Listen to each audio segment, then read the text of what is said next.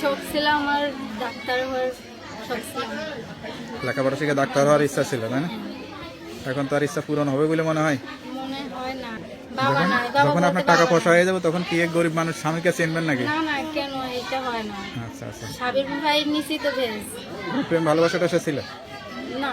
এরকম কিছু ছিল না। প্রিয় দর্শক, আসসালামু আলাইকুম। দেশ ও প্রবাসে যে যেখানে আছেন আপনাদের প্রত্যেককেই শুভেচ্ছা জানাচ্ছি। আজকে নতুন একটি প্রতিবেদন দেখতেই পাচ্ছেন, আমার সামনে একটি আপু আসছে।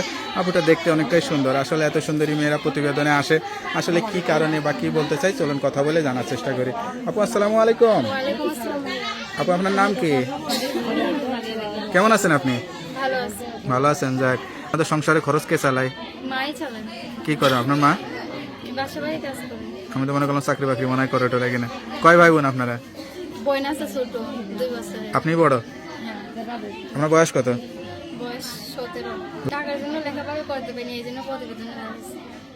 প্রতিবেদনে কি কোনো সহযোগিতার জন্য নাকি জীবন সঙ্গী? জীবন সঙ্গী। এখনই বিয়ে শাদী করতে হবে, তাছাড়া আর কোনো গতি নাই। লেখাপড়া যদি কেউ করাইতে চাই করবেন না? ইনশাআল্লাহ করব। তাও ইচ্ছা আছে, ওটাই চেষ্টা করবেন। লেখাপড়া শিখলে দেখবেন জীবন সঙ্গী পিছিয়ে পিছিয়ে এমনি ঘুরবে, তাই না? শখ ছিল কি আসলে লেখাপড়া করার শখ না অন্য? অনেক শখ ছিল আমার ডাক্তার হওয়ার শখ ছিল। লেখাপড়া শিখে ডাক্তার হওয়ার ইচ্ছা ছিল, তাই না? এখন তো আর ইচ্ছা পূরণ হবে বলে মনে হয়। মনে হয় না।